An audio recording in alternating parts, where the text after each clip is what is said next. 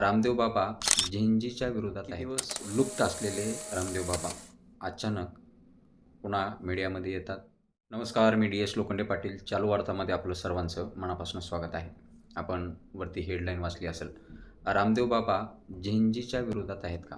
आता झेंजी हे जुलै महिन्यामध्ये रामदेव बाबांनी एक वक्तव्य केलं होतं झेंजी विरोधामध्ये, आणि त्यानंतर त्यांचं आजचं म्हणजे कालचं वक्तव्य, ते ह्या दोन्ही वक्तव्यावरती असं वाटतं की रामदेव बाबा हे झेंजीच्या विरोधात आहेत. याचा अर्थ असा आहे की इतके दिवस लुप्त असलेले रामदेव बाबा अचानक पुन्हा मीडियामध्ये येतात. शिक्षण व्यवस्थेवरती नाराजगी ते व्यक्त करतात. शिक्षण व्यवस्था चुकीची आहे एका साईडने हेही मानतात. दुसऱ्या साईडने जे लहान मुलं आहेत किंवा झेंजी आहेत, ह्या लहान मुलांना, ते लहान मुलं नाही आहेत, यंग म्हणू शकतो आपण, युवक म्हणू शकतो. या युवकांना आंदोलनामध्ये ओढतायत, आंदोलनामध्ये त्यांना ओढतायत, आंदोलनामध्ये ते येत आहेत, तर शिक्षण कधी शिकणार असा त्यांचा मुद्दा आहे.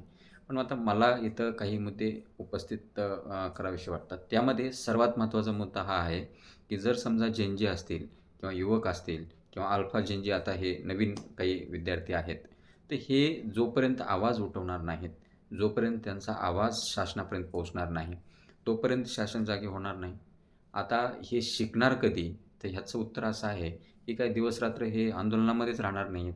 ज्या वेळेस ज्या गोष्टी सरकारकडनं घ्यायच्या आहेत, सरकारकडनं ज्या गोष्टी करून घ्यायच्या आहेत, ज्या गोष्टीकडे सरकारचा हा कानाडोळा आहे, त्यावेळेस झेंजी असतील, अल्फा झेंजी असतील, यांनी आवाज त्यांचा सरकारपर्यंत गेला पाहिजे.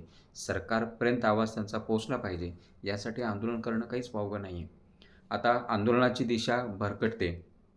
दिल्लीमधल्या आंदोलनामध्ये काय झालं हे तुम्हाला चांगलं माहिती आहे. दिल्लीमधलं जे आंदोलन झालं, त्यामध्ये आंदोलन बिघडवण्याचा कोणी प्रयत्न केला, पोलिसाचं काय कर्म होतं आणि त्यांनी पोलिसांनी काय गोष्टी केल्या, या सगळ्या गोष्टी अख्ख्या देशाने बघितल्या आहेत.